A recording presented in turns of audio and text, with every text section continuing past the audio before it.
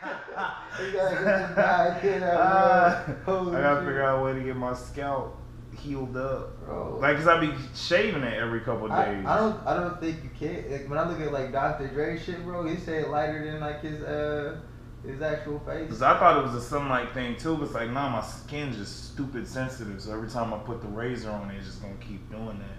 I gotta find something to put on my scalp, like on the daily, maybe multiple times, other than just like lotion and coconut oil. Bro, That shit ain't. I feel like since you in between, bro, it ain't gonna work for you.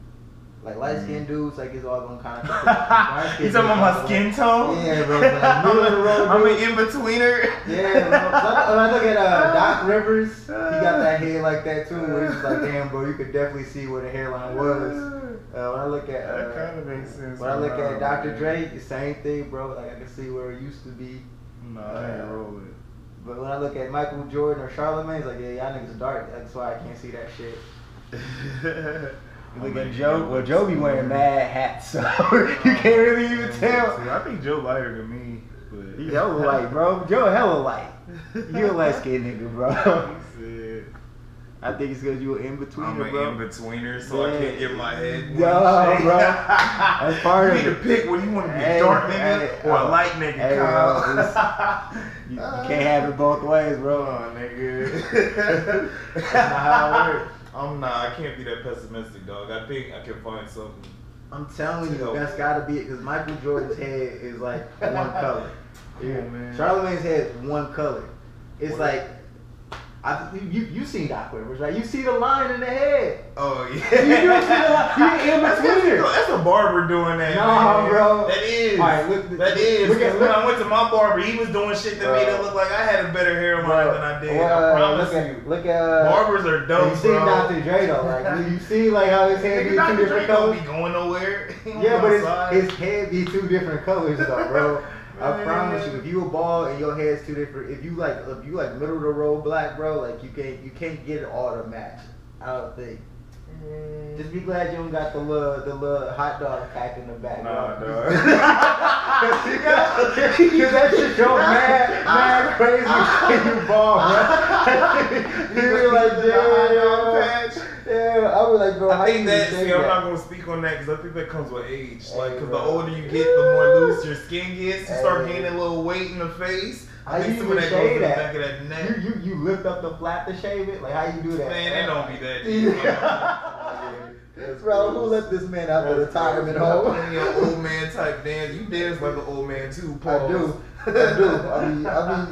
Hey, look, you got plenty of old man grooves.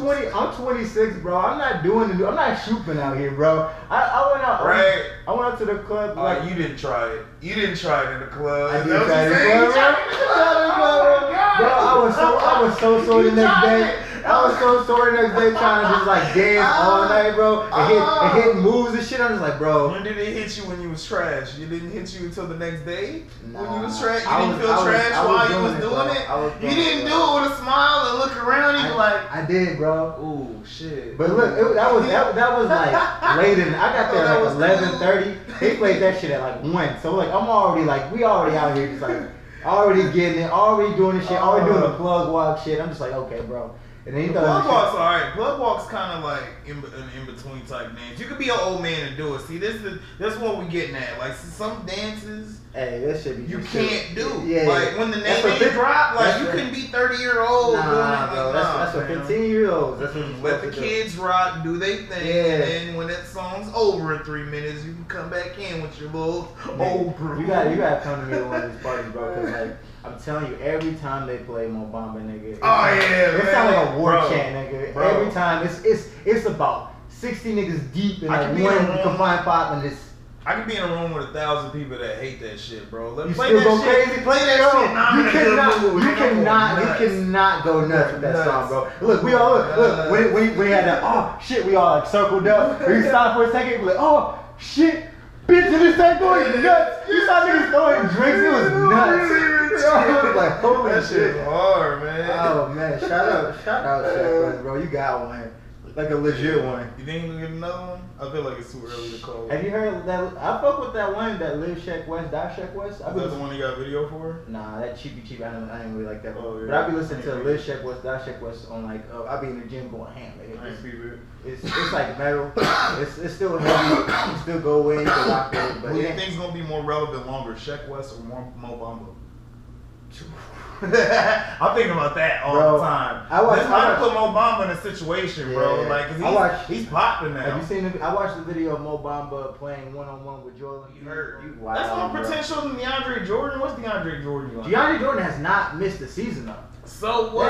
That type of consistency as a big man, and he's DeAndre Jordan. I'm not beef with DeAndre Jordan. Like that. Him as a piece of conversation. I don't care about that nigga. Alright, DeAndre Jordan.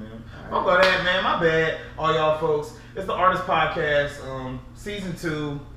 We'll see how we post things, but what's good? We back in this thing. It only be right if I got my guy Carlton. What I'm gonna do, I'm gonna get an artist on each episode. We're gonna talk that talk. So if you're an art lover or anything, man, share it, like it, all that cute stuff on social media, but especially share, or not even share it. I don't care if you let me see if you share it. Put somebody else up on game, or somebody else that you know likes to create stuff, or just likes hearing dope conversation.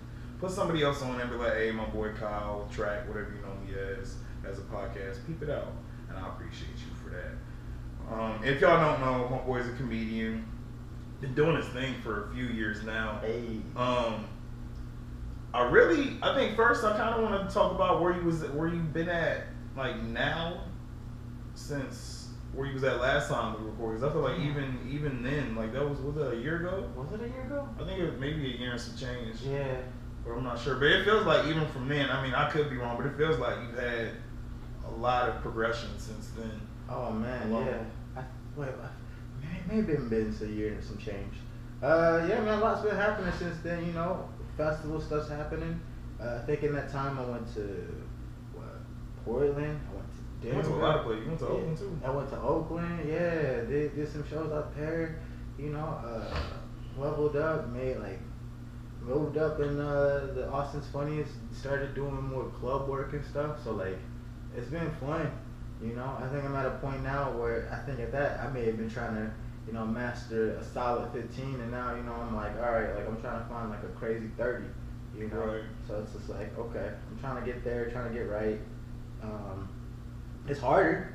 It's a lot harder now because I think a lot of my friends and stuff have been moving and making the moves to New York and LA and everything. So, you know, now I feel like I moved from the role for back then just being the new dude trying to like get on and like prove myself to now I got like a sophomore or junior now. Yeah, but like so now the freshmen are looking at me like, oh, you funny, like right. You the one. I'm just right. like, bro, like I don't think you understand if any of these dudes ever came back or any of these women ever came back, you know what I'm saying? Like, yeah, I ain't getting stage time like that, yeah, bro. You don't feel like the senior yet. Stick to the metaphor. Yeah. Like, that's killing it. Yeah. Like, you know, yeah, I feel you. I still got a lot of work to do, so a lot of places. So hopefully I get a quick LA trip in there. I made some connections out there, so I'm gonna try to get one in for there, and maybe hit finals at FPIA and try to put myself in a place to place as one of the top people here in Austin. But I'm just happy that the pen's working and I'm writing more and I'm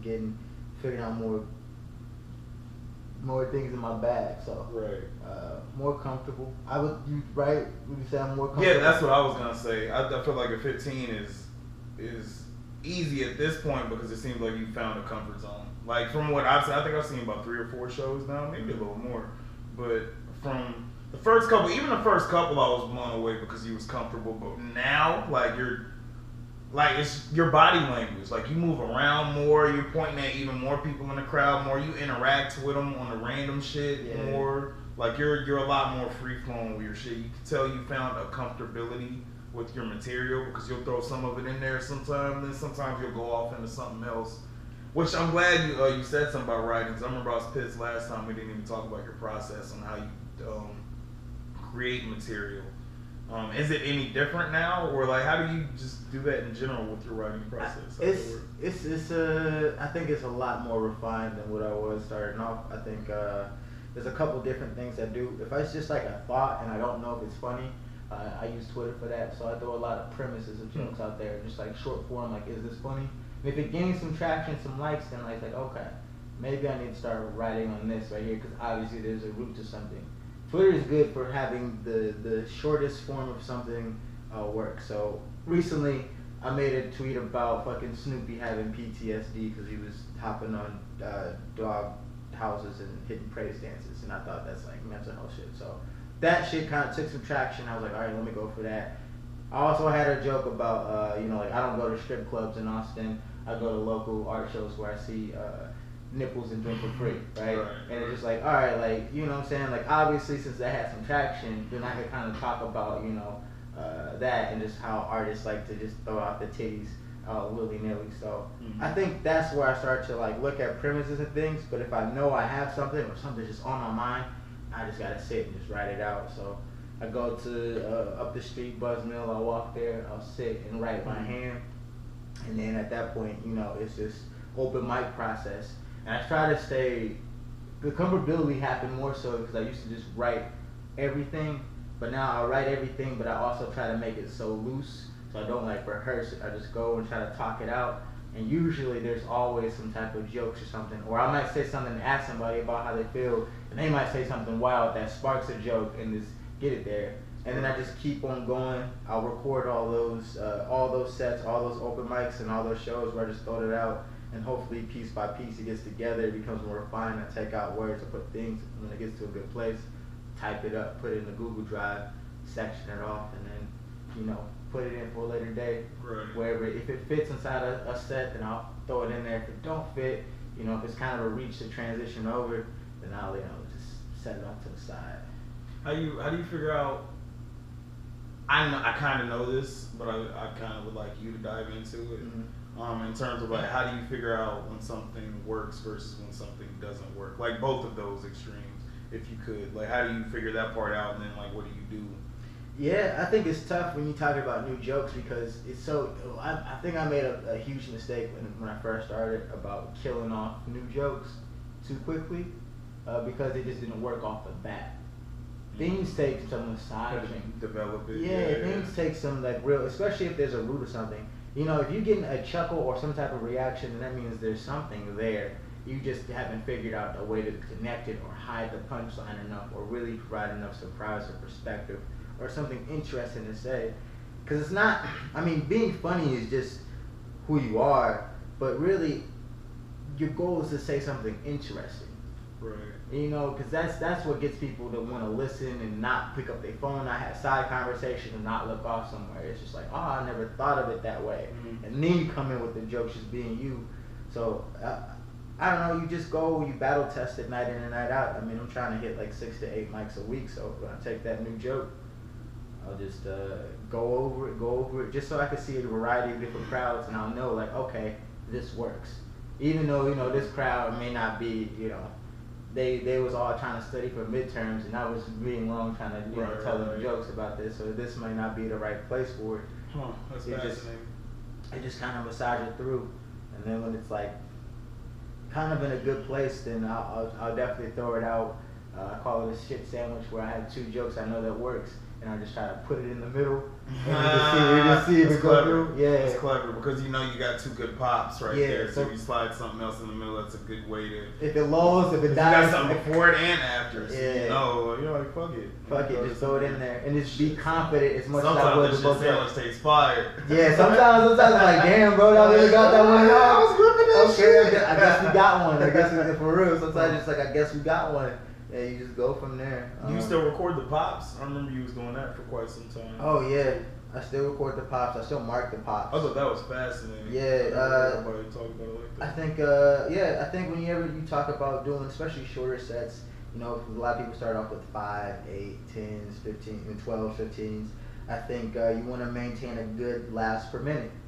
I mean, that's and whatever, however you get your laughs, you know, it doesn't matter. You just want to maintain a good laughs per minute because that keeps people engaged. I try to go for about 4 to 5. And so literally I'm going through when I'm listening to like long sets and just marking, okay, like tally marks, but like big tally marks means big laughs. Right. Small tally marks means like, okay, that was kind of there. So when I'm listening to it and I'm looking at the tally marks, it's like, okay, well that joke's kind of weak right there. Could I just take it out because, you know, I'm already working with, at this minute, like 6 laughs in a minute. You know, can I just refine it and just cut straight through to the next joke if it's a bigger joke? Right. And you just start to kind of refine it as such. And so I started doing that because when I was prepping for the competition, I was looking at a lot of people who, for Austin's 20th person, I was looking at a lot of winners and people who made finals, and I was just marking their jokes. And I was like, oh, damn, like, they're hitting like 5, 6 per minute. You know, and like, because it's only a short set in 6 minutes, and it's like, damn, and they're getting good pops. And I saw a trend of like, you know, the first opener, big pop, and then they had a bunch of consistents, and then all those consistent little pops only led to like a really big one, and it just kind of looked like what's that? You know, the heart monitor thing, where you just, you know, you start to kind of see the waves start to go in there. Yeah, or them earthquake things, whatever them things called. And that's when I started to realize physically, like, there is a rhythm to this. Like, there is, I guess, a timing to it, but there is like a rhythm where you're in the pocket of just finding laughs, and like, I guess the audience subconsciously, maybe they know, because they start to expect the laugh, and they're building, and they're building, and they're building, and the laughs are getting a little higher, and then boom, you got it. And then, you know, you kind of load or set up the joke, so it's kind of short, but you can get something off.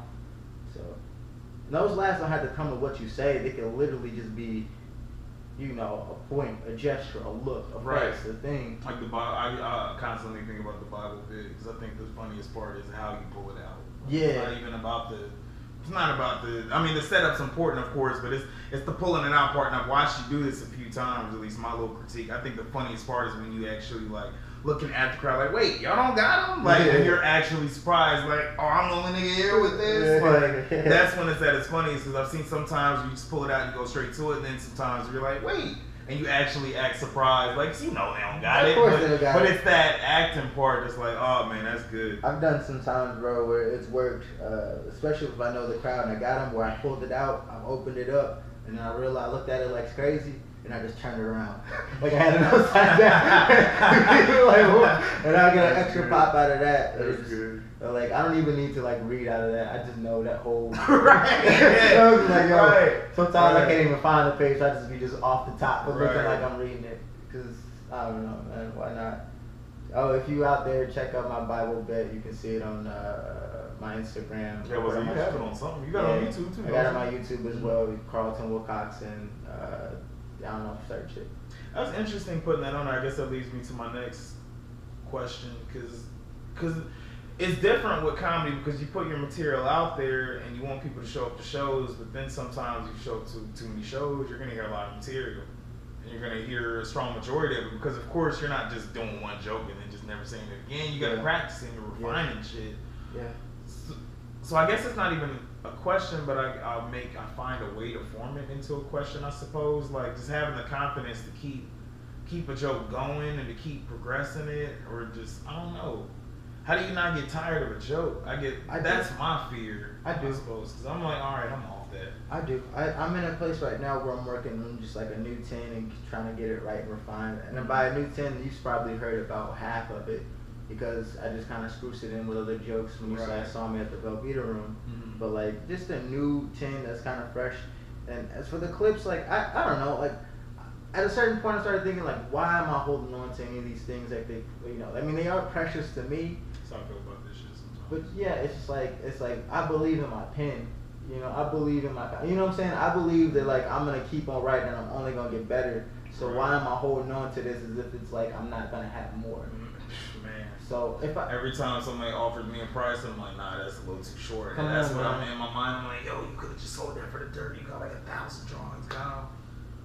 But then it's like, ooh, what's your worth? And are you robbing yourself? Exactly. And then you gotta like, nah, find some other shit like mine then. And like, oh, that's hard, man. It is. I mean, it has to be hard, right? Because you know the value, you know where it's at. But you know, at a certain point, you just gotta kind of put it out there. Right. And that's what I was just like, yo, like the balance of having pride and dropping it. Yeah, because I felt like I was convincing myself, like, yo, I'm not gonna put it out there because what if somebody steal my shit? And it's just like at a certain point, like, what? Like you're the only nigga on planet Earth. Yeah. Put a Bible joke. Even if they do, it's like, so nigga, like that they're only regressing by stealing my joke because their pen's not getting better. Like by me writing new jokes, like here you could have it, bro. And then so like for me with that wing sculpture I made, I was pissed because I had the idea, and then Anthony like a week later shows me a picture of somebody doing the same thing. I'm like, what? And I wasn't gonna do it. Like I was like, man, all right, well fuck it. Man, I don't know what this nigga is. Yeah. Like, man, fuck that shit. Yeah, bro. If you already got the idea, Right. bro, I know in my heart I had the idea before I seen it. I was just like, man, fuck it. People be mad sensitive though when you be like, oh, I had that premise and I had that thing, but it's like, bro, like. Not about who's first. Who better. Yeah, who had it better? And rap bars. And even then, bro, like, all right, write another one. You know what I'm Right, saying? yeah, you know, like cool, right. that whole, you know, okay, Right. you made Hov, we'll make another Hov. It's just like, yeah, like I believe in myself. I believe in my pen. I believe in my ability, and I know that this is something I'm probably gonna do for life. Right. And you know, it's the same thing probably with your art. You know that for the rest of your life, from like the day you here to the day you die, you're gonna be doing art. Right. In some form or fashion. It may change, it may look different, it may not be the same as what it is now. But like here's something to think about though. Cause speaking about that, cause I said it to Peter the other day. I'm like, man, cause I was thinking about John Gruden. Like, man, John Gruden had it made. Like, he didn't have to coach no more. Like, didn't he get fired? By the way, he lost his job. Yeah. Went to ESPN, became the quarterback whisperer as if he was the guy that like he was Andy Reid. Yeah. Can you name 2 quarterbacks that John Gruden never had when he was coaching? Nah. I don't think anybody can, fam. Nah. But then he went to ESPN, became the quarterback whisperer. God, they had the dopest job for like a decade. Like, you know what? I'm going back to it. So to get where I was getting at, I'm like, yo, Peter, let me get a job where I get paid to just talk about other niggas' art, and I don't gotta make art no more. That might be the day I put my pen and pencil down, fam, and be cool with it. You say that, man, but you might miss the game like that, bro. You might be right. Or you might do it in a different capacity. Like, think about, I mean, John Gruden's kind of the extreme, but what about my guy, the notorious JVG, Jeff and Gunny, my nigga? All right, out here, you know, spitting. Well, yeah, where's he coaching now? He do Team USA basketball. Oh, so for like the lower tier. Team. He ain't coaching no more. Oh no, we talking Jeff, not Stan Van. Nah, Stan Van. We talking about Jeff. Stan, the younger one that be on TV talking shit. Yeah. I love him. Yeah. Jeff, No. Jeff is the older one on talking. Whoever's the bigger one, I don't like him as much. No, he's in like Detroit or something. I don't know where he's at, but like, Oh, yeah, the bald head dude, just Jeff, notorious JVG. Bald head talking shit on TV, talking shit about the NBA while working for the NBA. Right. Oh, he be talking mad shit. The way the game is now, he talking mad shit, bro. He's best over here. He's passionate about it though, so you gotta respect it. So you know, he's polarizing. So you know he's still coaching for like Team USA basketball because you know he still misses the game. He used to be a great coach for the Knicks back when we actually had like winning seasons. Right. He was that coach. And like I think Pop is gonna be the same way. If he retires from what's it called, the Spurs, he's probably still gonna coach like Olympic basketball. He's still gonna be around the game probably. Cause like that's just what he does, you know. I don't know, man. I feel like I'm gonna do it like Kobe did. Kobe ain't even thinking about touching the basketball, my nigga. But he's still doing basketball-related things. Right. That's what I'm saying. Like, let me get paid to be in the game and just talk about the game, but I don't gotta play the game. I'm out this bitch, fam. Like, I'll probably be out there, bitch. I ain't gonna lie. I might draw on my spare time and shit, but in terms of like doing shows and like anything to like sell something to make money, why? Like, if I'm getting paid just to talk about it, like I'm a pillar at that point. I don't need to. Yeah, but that's a level up. That's so. I mean, like, okay, for the comedy side, time will tell. Let's take like a dude like Dave Chappelle who really did just like walk away from everything. Right. I bet you know for the first year or two he was cool. I think I was different though. I don't think he retired. Like he wasn't like he wasn't out here. He, you know what I'm saying? I kind of wasn't. I mean, it was his choice, but he kind of had to. Nah, it was his choice, bro. Anytime he came down with like 50 million. Right, but they put him in a position to like his integrity and him knowing his worth and all that. But so you know what I'm saying? Once you do that, you could still go and do jokes. But he like literally was like, I'm done. Right. But you know, it's not out of him. You know what I'm saying? I'm sure like year 1, spent the year in Africa chilling. Spent the year, you know, with his family because he's probably been away from his family doing all these different things. Right. And then you know he got that itch to just start writing. And then, you know what I'm saying, even after that itch, he probably popped up with a couple of little shows. Like, I'm going to just, you know, I'm going to be gone for like a month, and then I'm going to come back, spend the rest of the time with my family, and then realize, like, he liked it. I think Chris Rock probably did the same thing, because it's been like over 10 years since he dropped the special. Yeah, since he dropped the special, and he coming back with another special. I think when you get older, though, you don't have that pressure to, like, work and be on top of it like you do if you already established. Right. So, like, it's kind of your choice to just be like, you know, what do I want to do?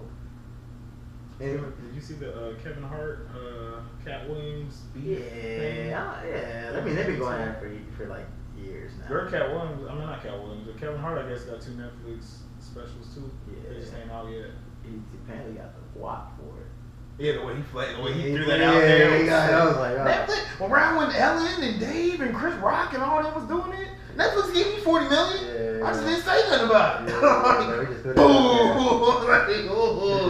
Yeah. He swagged on that shit. I want to. I mean, here's my real thoughts on it. And I think Cat Williams is wrong to be talking shit about anybody that's black. You can't be doing that unless they actually do something wrong.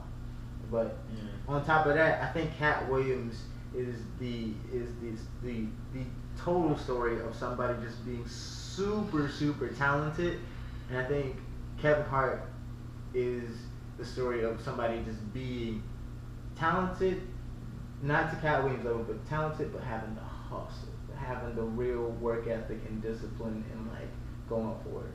I mean, he has not given up his grip of the game. Kevin Hart? Yeah, since getting on.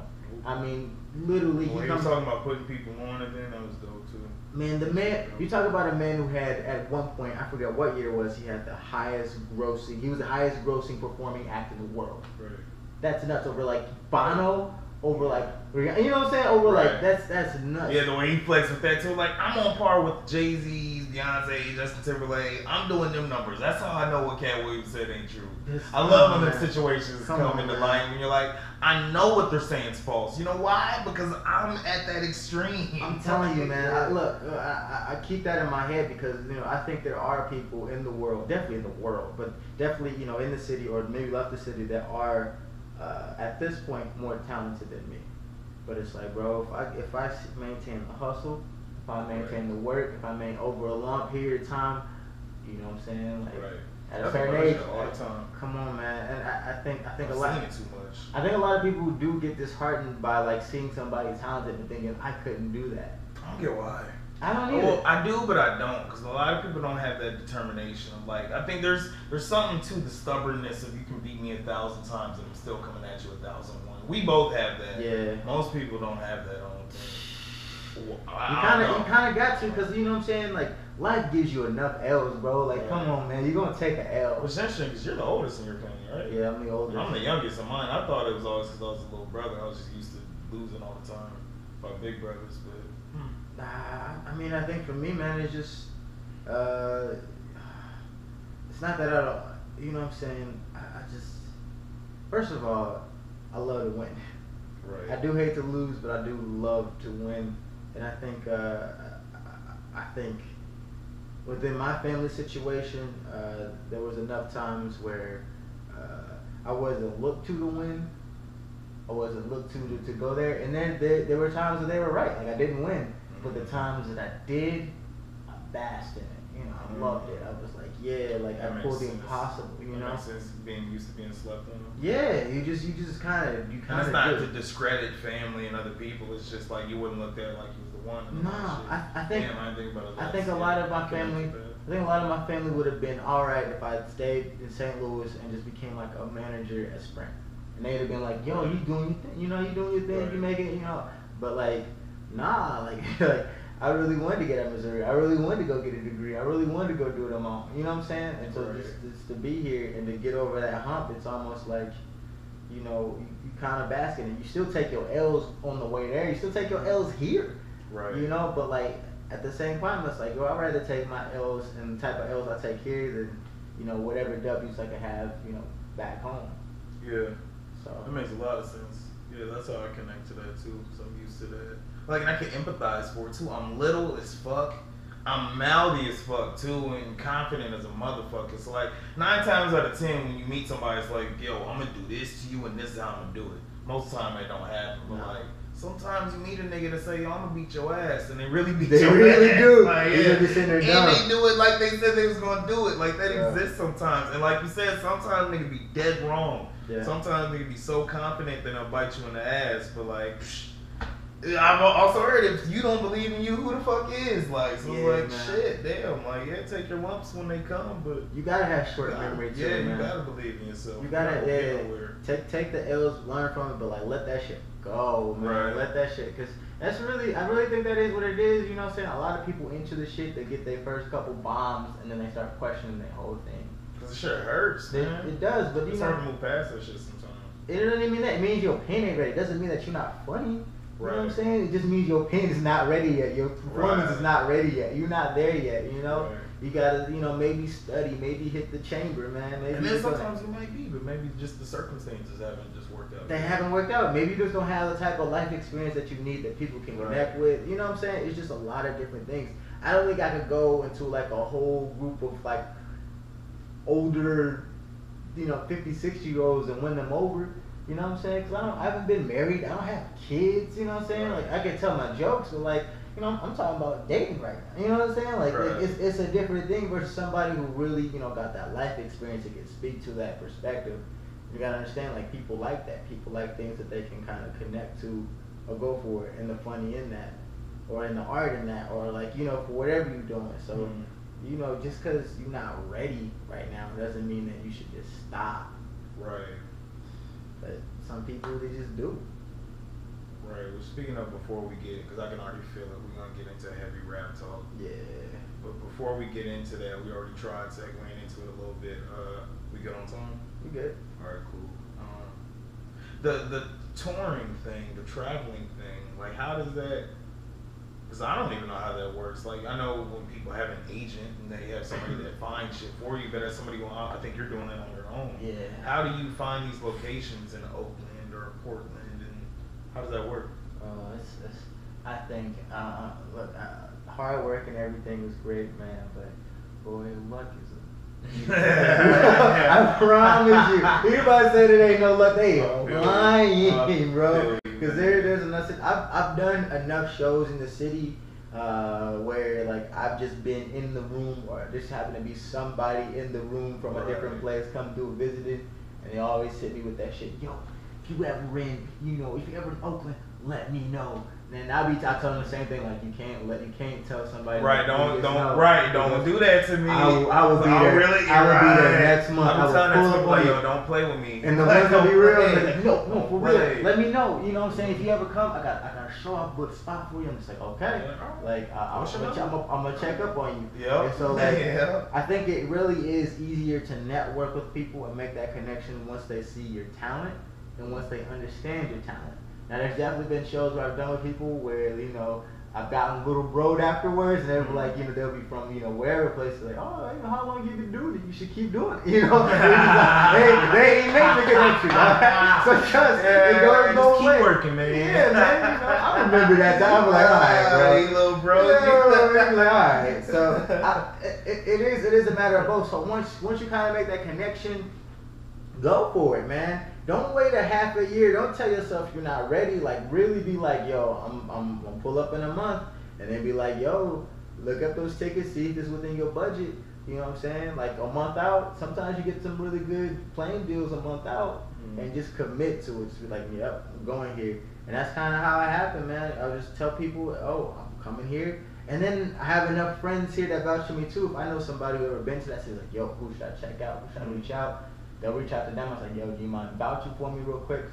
So yeah, I don't have an agent like that. Right. So like, word of mouth, word of trust. You know what I'm saying? Like, if people believe in me that I'm funny, they're gonna be like, yeah, man, I'll let them know. Reach out to them and I'll let them know that, yo, you good. Right. And that's what kind of happened. So when I went out to Denver, Devin vouched for me, and so I got one of the craziest shows out there. And I was just like, yo, like, I met a dude, Mike Stanley. He came out there. He's like, reach out to me, man. So like. That stuff happens. I think opportunities like that happen often for people, but they kind of like talk themselves out of it or say like, "Oh, the time's not right," and it's like, nigga, you act like you gonna live tomorrow. You act like you guaranteed to live tomorrow like that. So like, just go for it, man. You know what I'm saying? If you can take off of work, if you don't got no family, nothing that's holding you back, if you don't got no, you know what I'm saying? Like, whatever you gotta do, you gotta hop in the car. And your car good, bro. Then like, if your car ain't good, man, try to figure it out, scrape up some change or whatever. You know what I'm saying? And just try to make it work out. You know what I'm saying? Like, I'll try to, reach out to somebody I never knew. Maybe I could crash your couch or something, whatever. But, like, if you got a talent and you're going for it, it's a lot easier to have all those conversations. I'm like, yo, I'm trying to do the show. You mind if I stay at your place for a little bit? Right. I'm doing this here. They're just like, yo, I'm just popping up. So, yo, I just want to see what the city's like. It's like, nah, bro. You got like an opportunity in things, and you let people know. Then I think it is a lot easier. People are a lot more lenient to have the conversation. Right. Opportunity to find you, and then you got to make something out of it. Yeah, and then from there, you got to show out. You got to make sure you get invited back. So I do want to go back to Oakland just because, the homie Russ is out there. And I think I can get more shows out there because I got other homies that I've built relationships with who know me. And I got new material that they probably haven't seen. So it's like, all right. I kind of do want to go back out there because I fucking love it out there. In Oakland? Oh, it's great. Oakland's fucking great. I mean, it's getting gentrified heavy, but you talk about like the beauty of just, they have a different sort of black people. They're very prideful. They're not cool. They're cool in their own way, but they're not like cool like they're like trying to be cool. They're not Atlanta. They're not like Houston where they're trying to be cool and stuff like that. It's not trendy cool. No, it's not trendy cool. It's cool in the sense of like they are engraved in their culture and things, and they've seen enough things. And on top of that, like it's a mix. You see like Koreatown and they going crazy over there. That makes sense though. They've been around for a minute, so they made a culture. You kind of believe like how the Black Panthers started there. You kind of believe like how like a guy like Marshawn Lynch can be as smart as he is, but as hood as he is. Right. I'm being dead serious in a place like Oakland because it's like, oh, like nobody here. You know what I'm saying? I'm talking like I'm walking through Oakland like 2 a.m. like off of shows, just like, you know what I'm saying? People just hanging out on the porch. You know, I'm not saying they don't have crime and stuff like that, but it's still like a community, like a real community of people.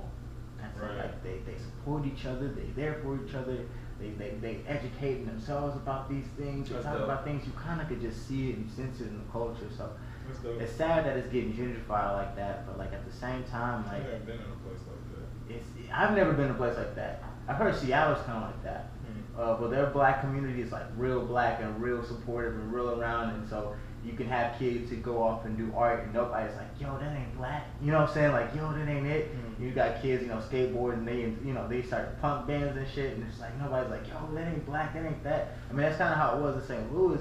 There, it's just like, people is free. Black people is feeling more free, and the only thing that's kind of holding back is just the price of living.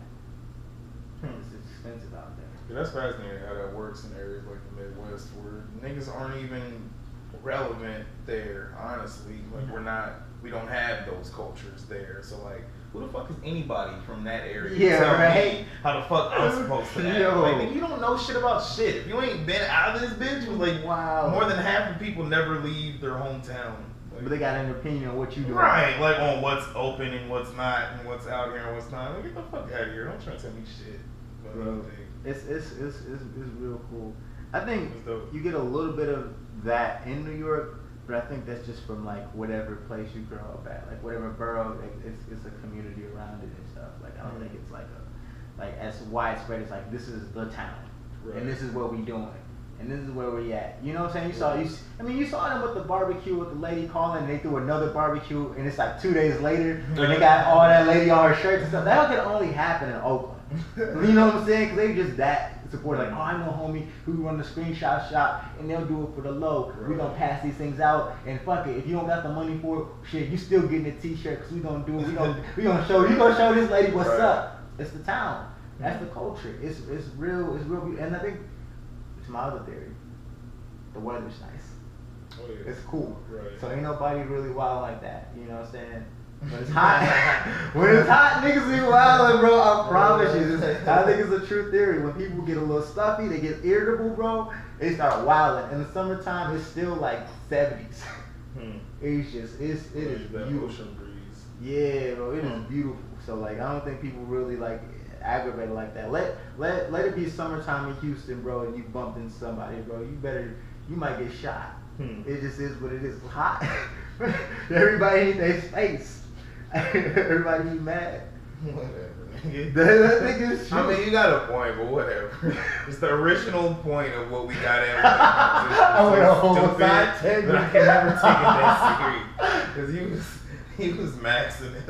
Like niggas was in here just baking. Like, nigga, wasn't that? I had the AC off in here the other day and it wasn't that bad. Cause it's like 70s now. Cause it's like 70s. That's what it was in here, nigga. It's like 70s now. It was but 70s when it was 100 right, something, it was hot.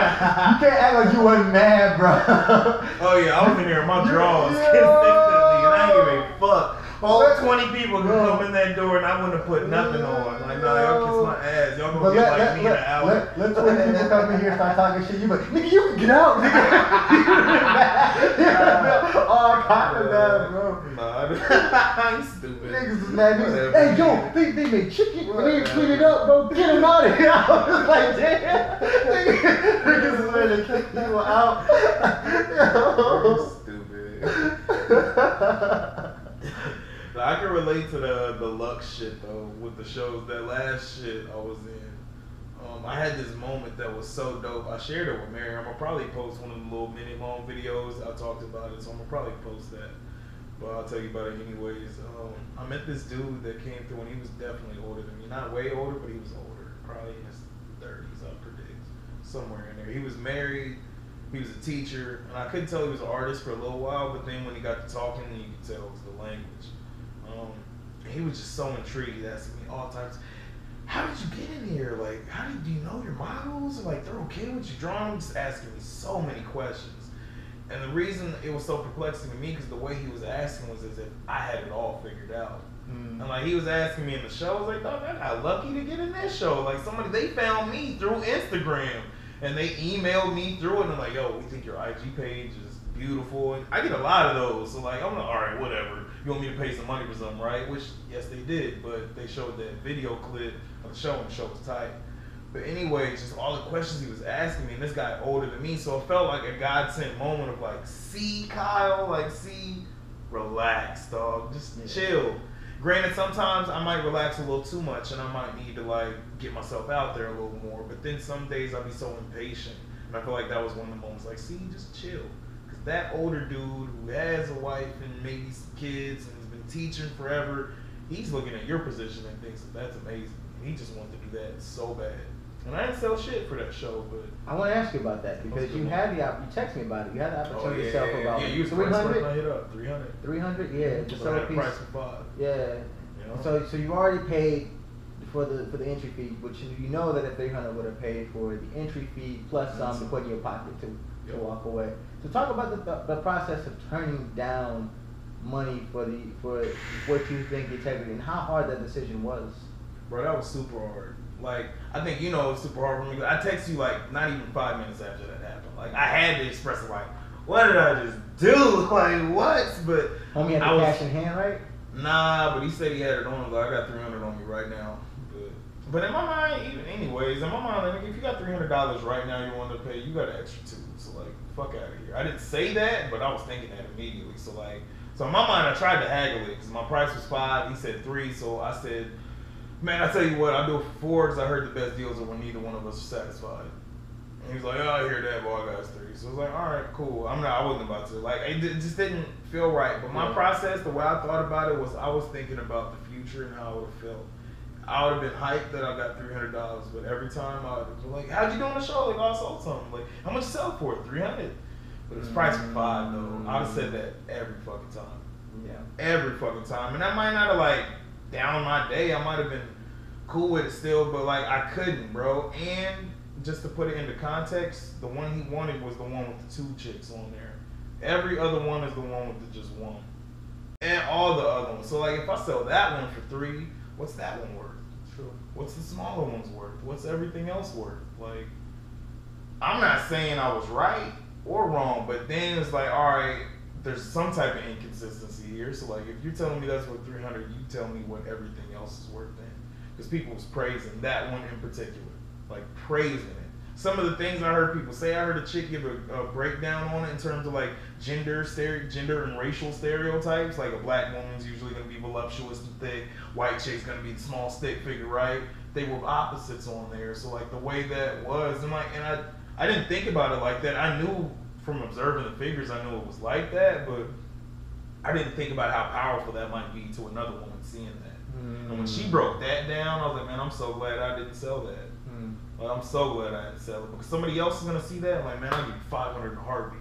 Yeah. Like, and I've seen people tell me many times when it's a print or a other shit, like, that's what you're selling that for? And then we'll get into that too. Like, okay, I'm not saying my shit's worth a lot of money, but if that's not worth $300, $500, you then find somebody else that's gonna do something with some gray paper and lace an ink pen with some pencil in there and put some white charcoal on that. Because I've worked long enough to where my shit's unique. I'm not the only nigga blending white charcoal on gray paper. A lot of people do that, but I've taken my time with the shit to where I have something that stands out. You can't just find another one of me that easy. That's worth a couple $100 to me.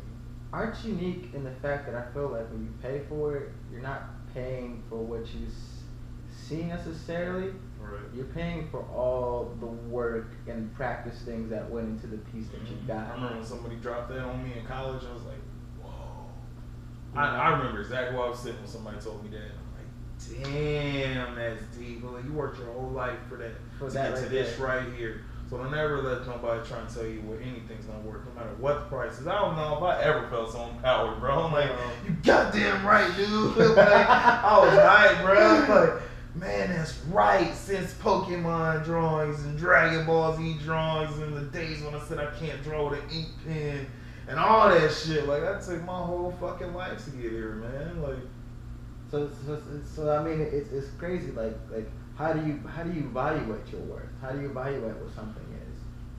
How do you know? That one you just figure out by doing it in time. Like, a big thing for me, honestly, one of the biggest things was last year or a year and a half ago when I did that commission for my dad. Like, that was like a big statement right there. Like, that's my dad. Like, that nigga's done more for me than any person on planet Earth's ever gonna do. I wouldn't be here if it wasn't thanks to him. And I charged him $225. And he ain't even second guess it. Like, he paid it in a heartbeat. So anybody else from that point on, if you want something at that size, we're at least talking $225, probably a little bit more. But I still gotta figure shit out, honestly, because I be doing these like commissions when I'm be plastering a whole bunch of faces on them, but then I'm saying that's worth a few hundred. So I gotta figure something out in there too. Let me ask you this: the show you did beforehand, the one at the yoga studio. Did you feel like you undersold the ones that were bought? So you felt like that was what it was worth at that time? Yep. Damn. Do they go up over time? But the big ones is what I gotta figure out though. Yeah. The big ones I had priced at $1,000. I did those for them last show ones at $500. Somebody still tried to get it for $3. Yeah. It's the big ones. The small ones I had that figured out, but the big ones I don't know. Honestly, I'm just figuring that part out. But we'll see. I ain't sold the big one yet. But when I do, my nigga, maybe you like the homie said when we went to the East last year. You kind of just gotta get one. Just gotta sell one. You just gotta get one. Because even if you sell a couple small ones, you want a cloud, nigga. Trust me, I was lit over West, bro. I was ecstatic to sell some shit. I didn't even sell something that was in the show. Well, one of them was in the show. The other one wasn't even in the show. That dude came too, by the way. I was so happy to see him. It was cool. Hell yeah. And I emailed him like the day before. You had a fan. Yep. That's crazy. Him and his wife. It was nice. You ever heard of the what was it? My homie was telling me this, my OG. He was telling me the law of 10 fans, right? So basically, all you need to sustain yourself as an artist is like 100 fans, right? Ones that are going to buy and support your stuff at all times, right? So if you drop something, you have content, they always watch it, they always do it, they're always paying you. You get merch, they get all the merch, they get those things. That should be enough to sustain you for a yearly basis, right? For your everyday needs. We said you can't go for the 100, you go for 10 at a time. So you try to win some person. So he's like, you gotta work on, hey, who's watching your clips every time? If you were to drop something or do something or pay for a special, you know what I'm saying? Even if it's a short clip, who's gonna pay for that? Who's gonna do that? And like win them over. And those are gonna be the people who, like I said, at a certain point, those are gonna be people who vouch for you, who talk about you, passes you along to other people, so you don't have to do it enough. I thought that was so amazing because like, you kind of think that, oh man, you gotta go out here and get all the followers. You gotta go get like all the things, and I need to go. Yeah, and it's like, nah, I just gotta literally win. Like, who's showing up to the shows all the time? Who's over here and retweet? Some lady I got, who I guess is a fan. When I dropped the clip on YouTube, I just put it on YouTube. She just found it before I even posted it and started like putting it out there. And I was like, holy shit, like Like, damn, it's like, okay, if I found 10 people who did that, imagine the reach that it would get. Right. If you found 10 people who are willing to just show up to a show. Instagram game? Well, I mean, but even like, you gotta, even if you get them in person, like, I think that's dope. You know what I'm saying? Because, you know, man, I put my shows up all the time. You know what I'm saying? But I definitely know who's be pulling up and it's like, damn, like, you've been, I almost be feeling bad because I'm like, yo, okay, like, I'm gonna give you the new stuff right now because I'm gonna give you stuff that you haven't heard, but like, it ain't polished yet. Right. And it's like, oh, you know, it's cool, you know, it's yeah, like, I love it. I never heard any of that. And I'd be like, I'm going for you right now. Right. Because I could give the rest of these people like something crazy that I know I can get them to laugh and be like one of the best ones of the night, if not the best one. But it's like, nah. Like that's a disjustice for you because that's your time. You spend your time with me. I can't pay you back for your time. So when I saw Steve, I lit up. Like I wasn't thinking of that. But like when I'm like, oh, like I was talking to somebody and I saw him, I'm like, oh my god! Like I was like, come here, man. Like he's like, man, you didn't have to. Like, nah, man, come here, dog. What's up, man? It's good to see you. That's a fan. You gotta really cater and nurture that. I mean, like a true fan, not like a oh, I rock with you. Right. You know what I'm saying? Like, oh yeah, I see what you did, and I clicked the like or whatever. And it was dope because he came in that way. Like he came in that building with the West book. Like he went through, looked what artists he wanted to see, circled my shit, and was like, no, I wanted to see you. Like I wanted to see your stuff. Like, yeah, that shit was dope. It's super dope. Yeah, it was a cool show. Hearing that dude like just ask some questions, like it was amazing. Like even the Instagram thing, and I'm breaking that down to him. Like, yo, some of these people, like it's wild because you'll be so scared of that, right? Like, oh, do I have the rights to this? And can they sue me? And like, yeah, it's a sticky situation, but like you can't worry about all that shit. Like I be posting some of these and be thinking these people are not gonna see this. No way. And then they'll post it and like, or they'll see the post, comment and like, oh my god, I'm such a fan of yours. And you're like, nigga, you're a fan of mine? Nigga, what? I've been following you for years, dog. Like, it's the weirdest situation ever when you meet, when you're the fan of a fan and y'all are both fanning out. It's crazy and it's so dope. Like I hope he grasped that and that gave him some type of confidence to like branch out into it. I'm like, man, fuck worrying about that Sue shit. Just draw somebody and watch him be hype. I mean, he was good. You know you're gonna get to that level. I mean, hopefully. I mean, that's not a bad thing if you get to a level where somebody goes, trying to sue you? Yeah, bro. Sue me, nigga. I was telling Dorian and all of them that. Let us get sued, fam. We gotta beat somebody. And then from there, you know, like, okay, like I got a reputation now to where like I can reach out and it's like, hey, who wants to be a model local? You know, who you know, here's where I'm at, here's where I'm going. Yeah, just you can start to do it where. I was doing it in Missouri. I had a few that I could hit up every now and then. I got some dudes too. Yeah, I mean, you like I said, you know where you at, you know where you going, man. So what is the next step? What's the next step for you? There's this booth that I can check out. I gotta pay a couple $100 to get into it. I'm right at that point pretty much. Like I got prints of all the animals finally, so I have like my whole animal series ready. I'm gonna get more print. I have the Tarantino's and prints too now. Them look dope. But, I need to get some more of the portraits of like Bob Marley and those ones, so I have the nostalgic series as well. And then I'm going to that booth, pay a few $100. I can go there every Sunday, all year round.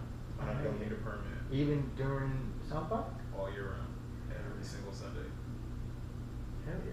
So they're like, I'm gonna go there. And I haven't been to this place technically, so I'm just shooting in the dark kind of still. But from that sound alone, and Edna sold me on it, 'cause she was like, it's like a farmer's market, so most people are selling like food, like watermelons and shit. Like some people are selling art, jewelry, the necklaces, shit like that. Ain't nobody gonna be there with like prints and stuff for real. And even if they are, like I'm confident on my stuff, so like still bring the big stuff just in case. I mean, you want to get that's yourself what I'm thinking of too. So I'm gonna bring prints, but then I think I'm gonna do something where I'm gonna bring like 3 or 4 of the originals, and I'm gonna switch it up like every week. I think.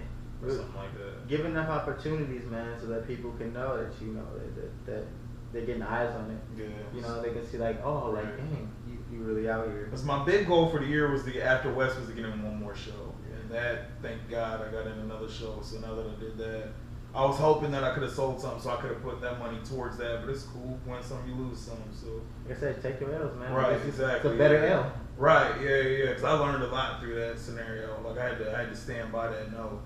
Well, that's my next phase. And then to grow a pair and get back into this, find a tattoo shop spot. I had one that I think I was damn close to. I just had to be a little bit more persistent, but something just didn't.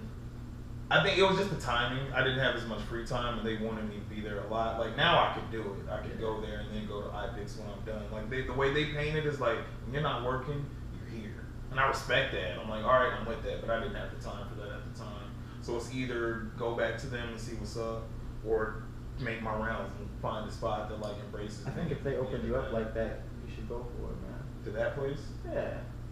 They don't have to do that. And the dude was dope too. Yeah. The dude like that was the boss that told me that, and he was cool. But the dude that I would have been going under, he's really dope. I follow him on Instagram, like he's super dope, and he does realism too. So it felt like, and they're on 6th Street. And and it was perfect at the time because I was on the charity job. So every time I was on 6th Street, I'm going to that tat shop, see what's up. Like, what's up, y'all? Hey, I'm here. What's up? Just know I'm in here. I'm ready whenever y'all are. What's good? Who I got to talk to? Like, I did good for like a month or two. I think even longer than that. And then I got the card of the boss, and I pretty much froze after that. And I don't know why, but I think that was it. Just the timing just didn't feel right.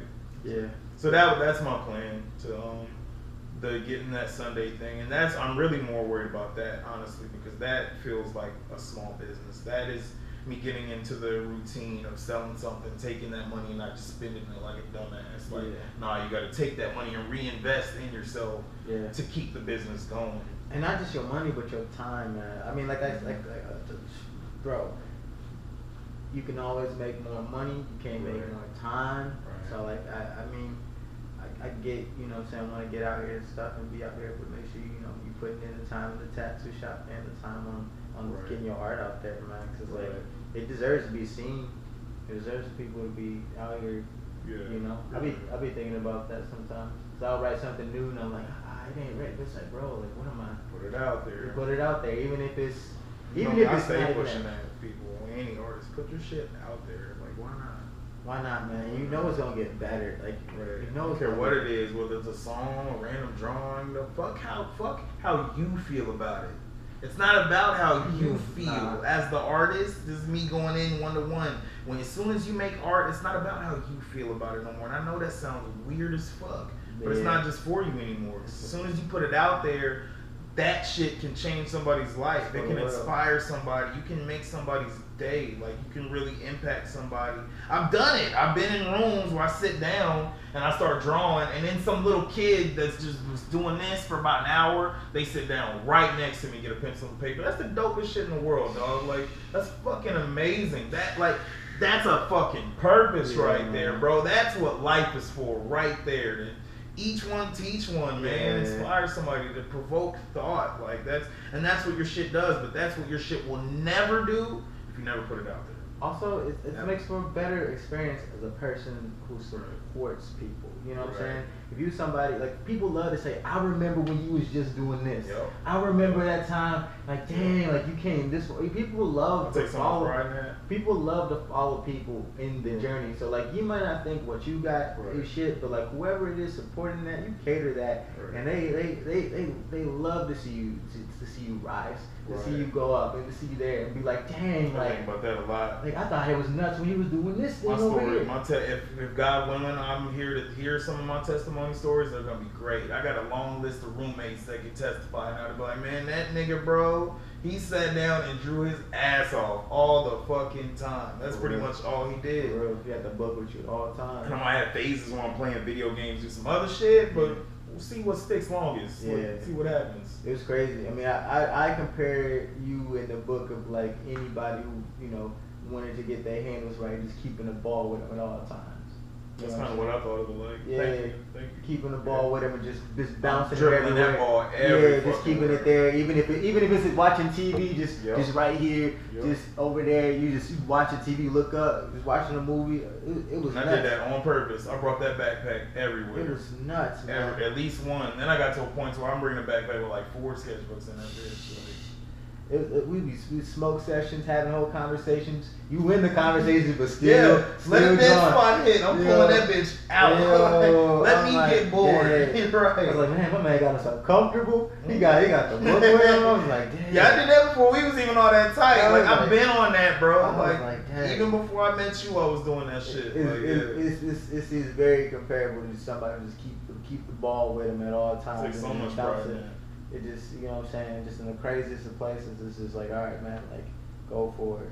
And it's cool now, like, I feel like I can, not that I'm comfortable, like, but I've gotten to a point to where, like, I feel like I can relax a little bit when it comes to, like, that part, because that's not my main focus anymore. I need to get it out there now. Mm-hmm. So it's not that I can be complacent and chill with the drawing, but it's like, damn, I put in a lot of fucking time.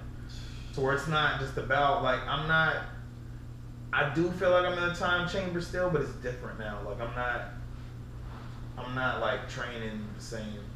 It's like maybe I'm getting dressed, like I'm getting ready to get out or something, to stick to the metaphor. Yeah. Can I ask you this? Are you planning, or have you thought about, because I don't know if people notice of your travels, like you've been out the country, you've seen things. Are you planning something else? And did that, like, previous trip inspire you in your art in a different way? Or did it help you level up, or did it just give you more perspective, like, on life? I haven't thought about it. That's a great question. I don't think the Italy trip itself, I don't think it like leveled me up in terms of anything physical. I think it was more like perspective, just inspiration, just a lot of mental and just feeding my soul type shit. Just a lot more of that, especially to feed my soul. It felt like I was meant to be there. I was meant to see a lot of that shit. Like it just, I don't know. Did your world expand? Like, did you feel the world getting bigger when you get over there? Yeah, for sure, 'cause it's different. It's so different. Like, that's why I'm hyped to go to Thailand. Like, nigga, I'm going to Thailand with or without y'all. I promise you. I'm going to Thailand because I want more of that experience type shit. But yeah, man, because it's just so different over there. Like, so I was observing a lot of shit like that. And I think he even said it, Mr. Labor and his wife, they really appreciated me going there because the little things I would have noticed. Like, by the end of the whole trip, I'm like, man, I can't wait to go back home and get some fake enthusiasm. Like, what do you mean? Like, I can't wait to get in a restaurant and get like, hi, how you doing? What can I do for you today? Because, like, nigga, you ain't getting that overseas, fam. They get tired of seeing your ass.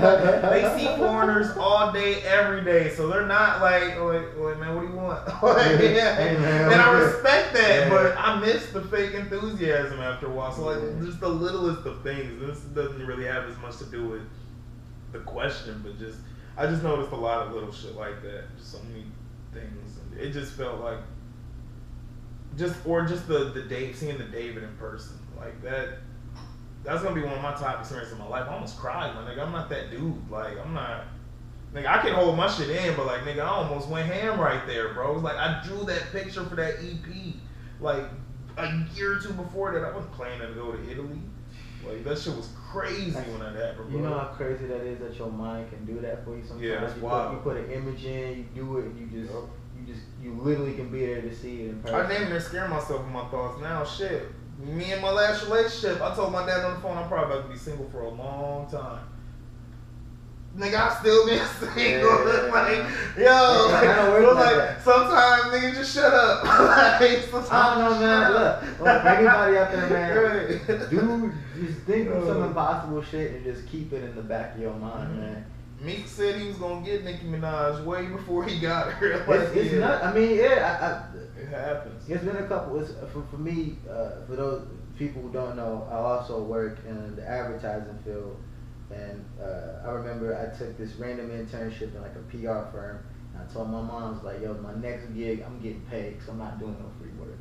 You know, not to say that you shouldn't do free work or do things like there's a chance on, but I just knew at that time, I was like, yo, like I worked so hard, and I think that's like my next step. But I was just talking, Right. Lo and behold, that next summer, I was in KC at that one agency getting paid and just being in like, in a spot. I did live in Kansas City for like a year. Yeah, it's just at that little spot over there. So you know what I'm saying? It was just like, and then when I got there, I thought about myself because I knew it was gonna give me a job. But I was like, yo, like I literally told people like, yo, now I'm really thinking about going to Austin.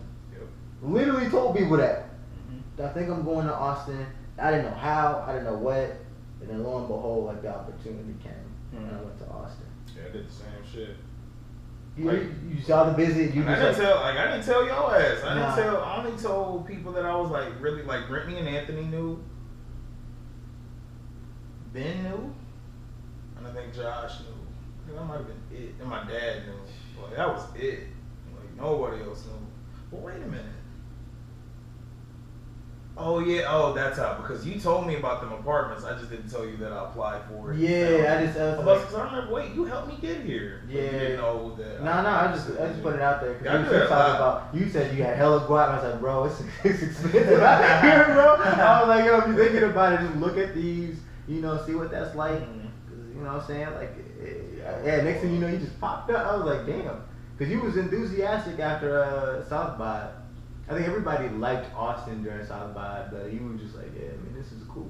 Right. And I was like, all right, man. Like, same. Like, I wasn't soaking up like a lot of the dumb shit. Like I didn't care about the monuments, and it wasn't 6th Street itself. It was the people. Mm-hmm. Like I typed in the paper when this thing I just applied for. Like seeing a half-naked male or female walk down the street and not get that look from nobody.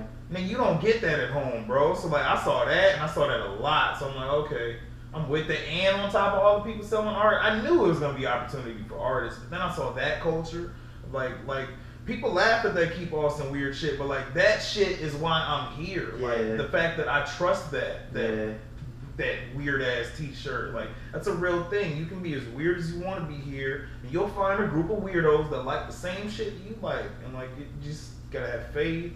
Take some time with it, but like it's possible. It's rough when I go to other places because I be forgetting that other places and clubs that got dress codes and shit. Like, bro, you can't wear the hat, the shoes. Like, bro, what the fuck you talking about? I come to Austin, nigga, wearing pajamas in the club, nigga. Straight up, and ain't nobody gonna give me no. Bro, I go to so many bars now, and their niggas are in street clothes. Like, you're gonna go to more restaurants here and people in street clothes working in a black uniform. Yeah, like it's just crazy. It's just I'm it is black uniform, ain't that bitch?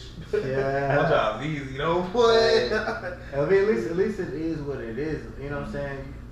To be in a place that you can be comfortably or something like, I don't know. I would have found stand up if I didn't come to a place like this. You know, because it just kind of had the culture where I looked around. I was like, damn, like it's a lot of people being mad individuals. They got blogs, they got videos, they got art, they got these like.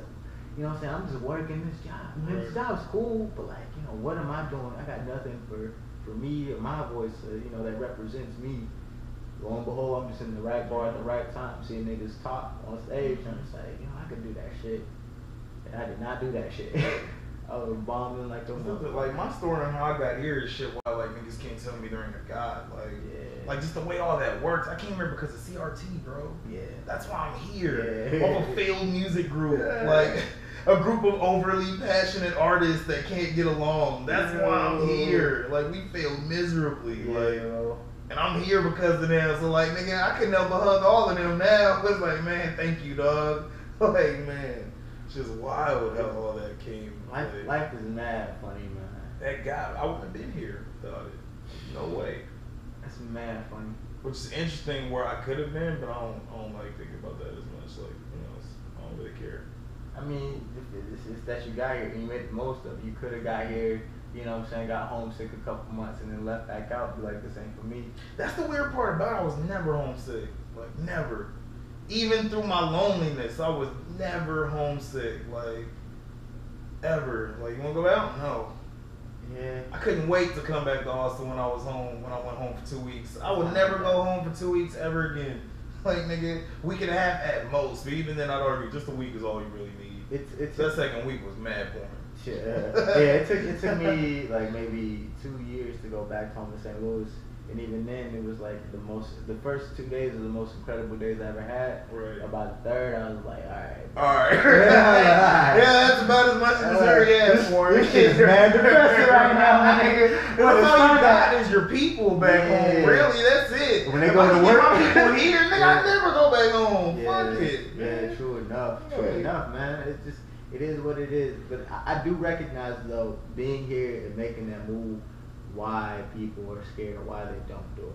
I will say that. Yeah. I do. I get it too. This shit is not for the birds, bro. It's not for the weak of heart. Yeah, if you want to relocate, man, that shit is hard. Yeah, it is. It is. I didn't get it for a long time, and then I got it. Like now, in retrospect, I get it way more now. Cause I'm getting out there a little more now. Like I have a friend group. I have a lot of people I can hit up if I want to. I'm just comfortable with this chilling at the crib thing. But before the podcast thing, pretty much until that, like that's when I met Demetrius. When I met like Russ, right before that, like that was what did it for me. Just let me have a small clique of art homies. Like that's all I really need. But yeah, I get it, man. So like, for anybody thinking about it, just know that it may be one of the hardest things you ever have to do. Right, and it's because that's what I was thinking. The physical, like I'm thinking like, oh, I gotta get a job. The money part, that's not it. It's the social part. Yeah, it's the loneliness is there. You think you got game now and all that? Try gaming some people with none of your niggas body. With like nothing, everything that you have that are comfortable. I'm telling you, take that for granted. Even as soon as you lose all of that, let's see what your game is like now. Let's see what your confidence is like now. When you by yourself, you got to go out to 6th Street or somewhere random. You don't got no furniture, no shit to even make a move. Shit. Yeah, bro. I'm telling you, see how good you are, man. Let's see how social you are now. Yeah, bro. Like I'm telling you, man. Even just like you can't really release. You gotta find a new way to release things. Cause usually, like you be mad stressed. Like nigga, it took me 30 minutes to get home. It's like I lost. Nigga, phone dead. How the fuck I gonna find my way home? Bro, that shit's stressful. Yeah, you can't come home when and tell me dies. Yeah, you're like, bro, I don't even know how to even describe where I'm at, bro. And the roads are so easy, for real. Like I-35 is so easy. North to south, east to west, nigga. Where you going? But man, bro, all it takes a couple exits for you to get stressed the fuck out or miss one wrong turn. You be all turned around, bro. Fuck. That'd have you more mad than the weather, nigga. Let that GPS fail you. Shit. You just in it. You know what I'm saying? You've been missing the roads back home that you knew by heart and the back of your hand. It's just all of it. Shit now. Emotionally, man, it's just. I know where I'm at for the most part now. It's just pretty nice. I'm telling you, it's a lot. It's a lot of things you don't even think of, man. Let your license plate start to expire. You be like, damn, I don't even know how to even move. I don't even know how to do this right now. Clue, fam. I can't be riding around dirty for long, nigga. Damn, I gotta get an oil change. Where I go now? Yeah, bro. Man, there's a fuck ton of Jiffy Lube. But you don't know that yet. Cause you be so flustered at all times. But that's the fly part about Austin, though, because you don't have to know where anything is. Just Google it, and it's gonna be 5 of them, very close to you, very close. I don't care what it is. You want to do that indoor skydiving shit? I bet you there's one a few miles away. Yeah, it's got a lot of shit. I bet there's 2 of them. Yeah, if you want to be social, bro, there's something popping. There's something going on. There's something major, man. There's a show going on. It's a cool place, but like still not like crazy, not full of itself, you know, I don't know. That's the part I think I appreciate them. It's so safe here. Yeah. Comparison, like, nigga, they make St. Joe feel like Compton, bro. Like, dog, like, man, niggas be mad safe. Like, granted, I'll be wilding sometimes. Like, nigga, lock your doors still. Yeah. Like, almost due to get your ass. I mean, I had niggas run through my car for a little bit. They ain't bust the windows, nigga. They just, you know, went through rummaging. I was like, man, y'all didn't even take nothing, my nigga. Right. I guess I'm alright, nigga. It's all good. It's just different. It is crazy safe. Right. Fuck. So how far out of the Carter 5 did you get in? I listened from the Kendrick verse all the way to like the next couple songs. Oh, so you literally started at that one and just kept going down? It just kept playing. And I was like, alright, like I'm just playing. That's funny. I wouldn't have told you that. No, that's girl, alright, well, I'm just gonna keep on listening. So I guess I heard the Renee Carter shit. I heard the I don't know. Damn, so you had to go down and then go to Travis Scott. That one was cool too. I ain't go to the top yet. Oh, you didn't even peep that one? Yeah, that was cool. I ain't gonna listen to that. The way he starts it off is really interesting too. There's so many songs, bro. That shit's gonna take me 2 weeks to really get it. It is a lot of songs, but I like the fact that it's a lot of songs for 2 reasons. A, because he made us wait so long, so like, and that wasn't his fault. So yeah, but it was such a long wait. So that I appreciate the fact that you didn't just give us 12 tracks. Yeah. And if you go back in history, the Carter series is long. Yeah. Like Carter 1 and Carter 2 is like 20-something songs. Right? Mm-hmm. Damn. I guess so. Carter 3, he just switched up. But Carter 3 even was like 17. The Carter series is long. He goes in. And on top of that, he normally would take the intro and divide it up into 3 things. And I wish he would have did that on this. He didn't do that on this one. I wish he would have did it. Because he does that on every other album. Carter 4's wasn't as good because Tech 9 and 3 Stacks. Murdered shit. Yeah, the best song. That's when I knew Wayne was falling off because the best song Wayne wasn't on there. Yeah. And Carter 3, he would have did it as well. But 3P, they made it one song. Like, and it makes sense if you think about it. 3P divided up into 3 things. Yeah. And it was Carter 3. That's a good song. I'm glad they made it one song, but I wish he would have did that. Give me one song, chop it up, just to keep the nostalgia. But I was impressed. I'm very. First of all, let's salute to Lil Wayne for a couple reasons, though. You know what I'm saying? I think it's been so many stories throughout the year of him being down and out, tour bus getting shot up, him and his situation with Baby. Heard many talks about me being like, man, fuck Lil Wayne. I was pissed. I was an angry ass fan. It just was. And I think this year he made the greatest of comebacks. He got that settlement from Cash Money, so you know you don't got to do anything that's just putting out trash projects that ain't ready yet. You know what I'm saying? To make money. You know you ain't gonna do that. If anything, I want to thank Birdman because maybe that's what did it for real. Like, nigga, stop. Take some fucking time on something, please. Like, damn, because like you're getting inconsistent, fam. Yeah. Like, you're recycling way too many bars. You don't know it because you're sipping too much fucking whatever. But he's fucking. I mean, like, this one I was too. He's rapping. It sounded great. It's got punchlines. Auto-tuning, bro. He wasn't auto-tuning. There wasn't no guitar riffs or nothing like that coming in. Hey, Rebirth is hard, though. Don't sleep. Rebirth is hard. If you want to go into line for line, bar for bar, substance, what we're talking about, Rebirth is hard. I stand by that. We're not about to have I'm telling you, I stand by that, bro. Besides the point. But yeah, and it was better. It's much better than the Card 4. It's much better. I think that's all I'm happy about, honestly. I think he kind of puts himself in the running for maybe a top 5 project of the year. I think it's early for that, fam. I mean, I think he kind of puts it because one, it is Lil Wayne, and we've been waiting for the downfall. Early for that, man. It is early, but he from you, Carlton. You know how sorry. many other people we got to convince this ain't? Oh man, the God! Oh, people are about to You've already gone ahead and put the Eminem on it. Like, this is the best stuff. Yeah, nigga. Fresh off all them white folks saying Kill Shot was the hardest shit ever. There's a hive of Wayne fans too. There's more of them. So don't get it. Before you want to give Wayne too much praise. Right. I am proud of the man, and I do. I mean, of course. Me too. I think it's undisputed right now. As late as we are, it's a good album. It's a good album. It is a really good album. Not even.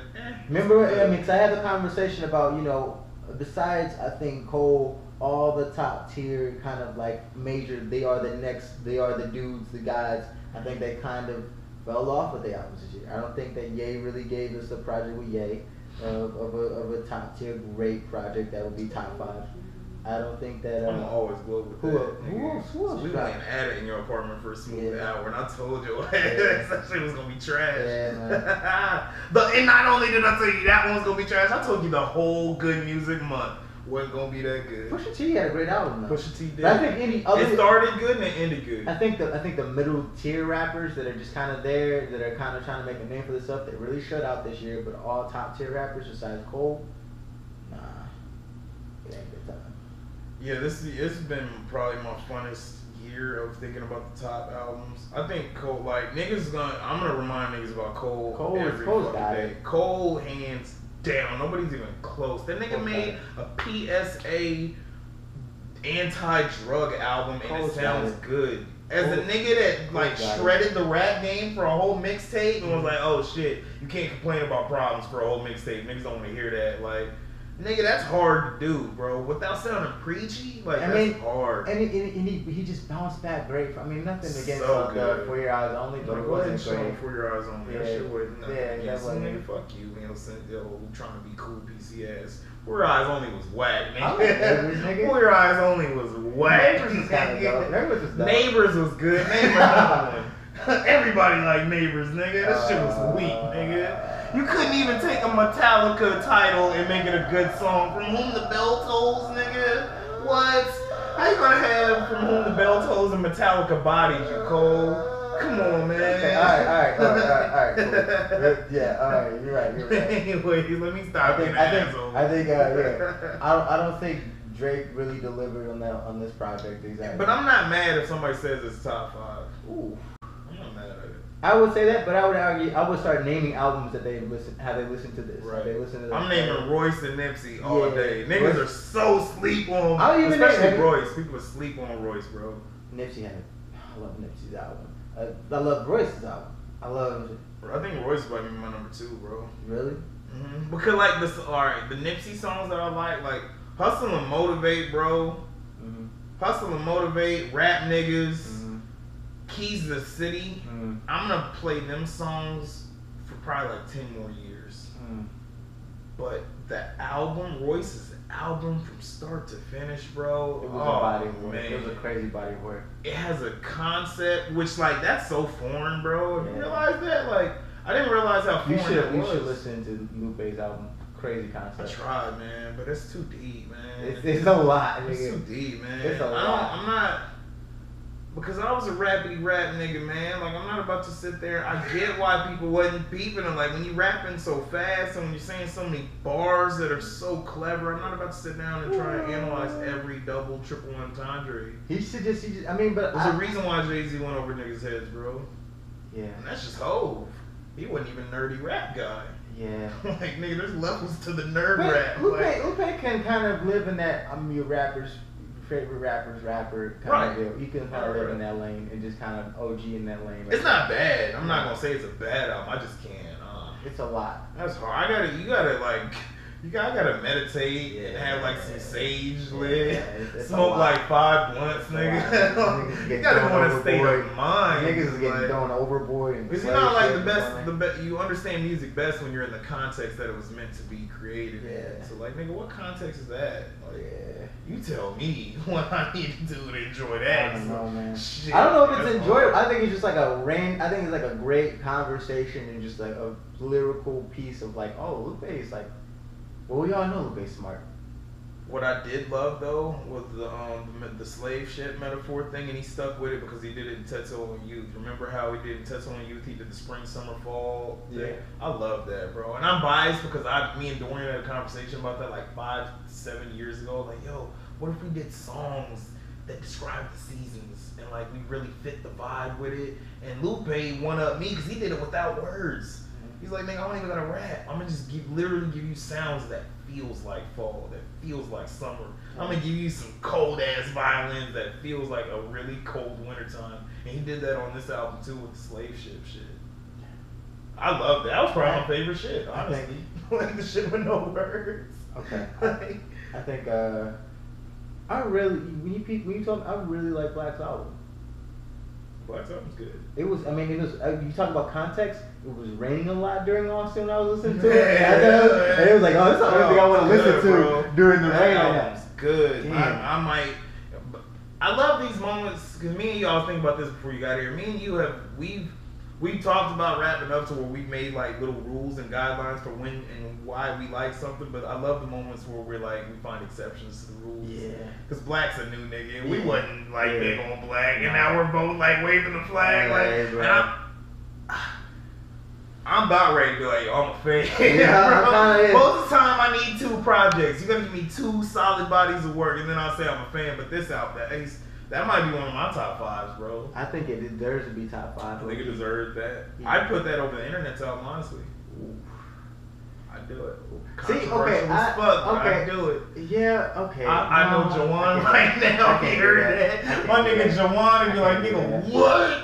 I can't do. I feel like okay, but it's more so off of principle too, because I'ma always ride for Sid because I feel like too. I think Sid. She don't get her just due. It's just crazy that like we gotta listen to like people talk about 7th Street like this, and she ain't never delivered like that. But like it's like yo, Sid's been out here making great, consistent music over and over again.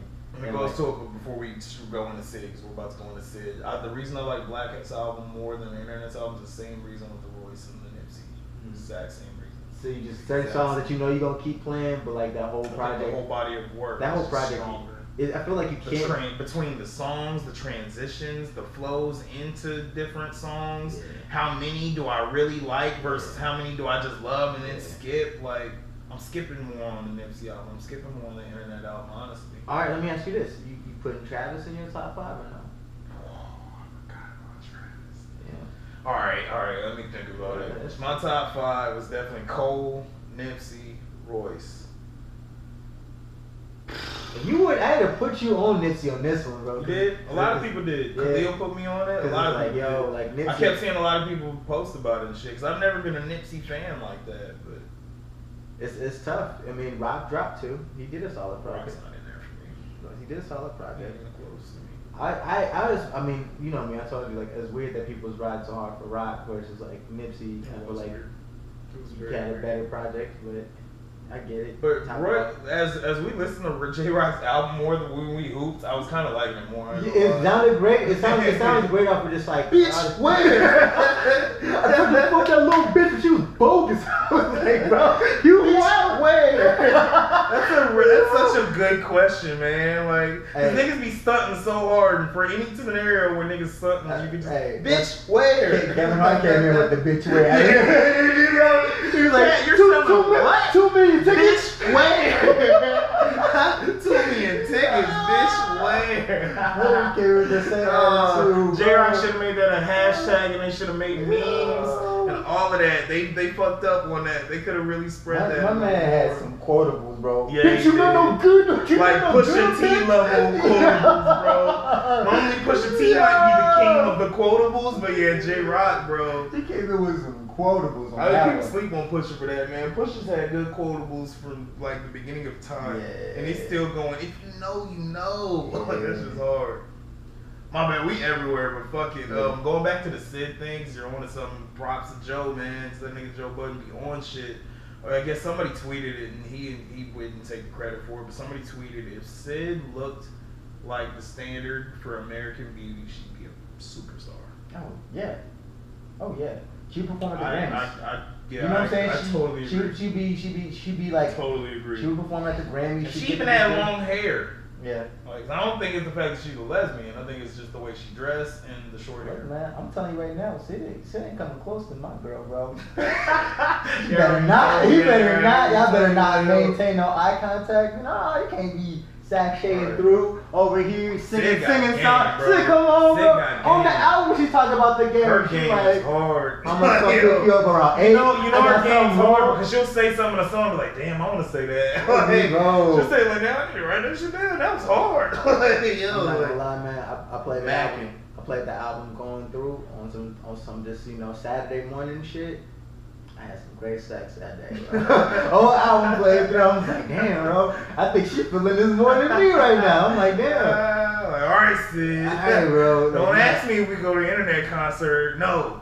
Bitch, where? I'm in that, bro. I'm in there, though. That's funny. Hey, it's coming. Yeah, I'd like to see them too. I was mad I didn't see them for. They got emos around the corner. November. Is it in November? Was that you told me about that? Yeah, I think it's November, October. I don't know. Damn, Technology's coming in November too. Top 5. So. I think I put Blacks in there. I think Black. That's. I mean, I respect it. That's 4 for me. I respect it. Where I put that, I don't know where I'm putting 2. You don't have to put it. Yeah. I'm just telling everybody. Cole's number 1. Yeah. 2 through 5, I don't care. Yeah. I don't know who my 5th would be. Probably. I think it'd be one of the ones we mentioned, but I'm forgetting about. It's a lot. I feel like I'm forgetting something too. I'd want to put Travis in there, but I'm not gonna act like I was vibing with Travis. I can't put an album in my top 5 when my favorite parts are the ad libs in the back.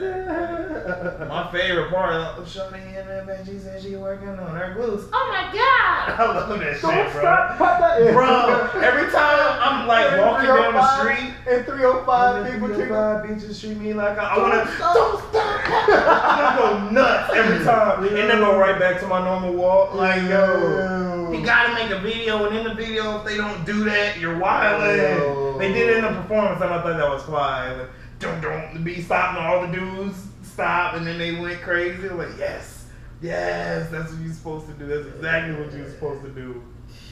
Yeah, those are my favorite parts of the album, the ad libs and shit. So, man. Okay, I get that. I mean, I would give. I mean, maybe I think number 5 is gonna be Schoolboy Q, baby. I don't think Schoolboy Q's I coming. don't think he's gonna drop this year. He's gonna drop this year. He said the Mac Miller thing, and then it's like, He already, man, he all over the place. He a hardcore nigga. He already posted saying I feel better now. I'm gonna go. He gonna drop fourth quarter. I'm in agreement with Cole. I've been riding for Nipsey for a long time, so I'm glad he finally delivered on the kind of their debut. So good. Them beats were nuts. It is hard to keep. I can't keep the Book of Ryan out of there.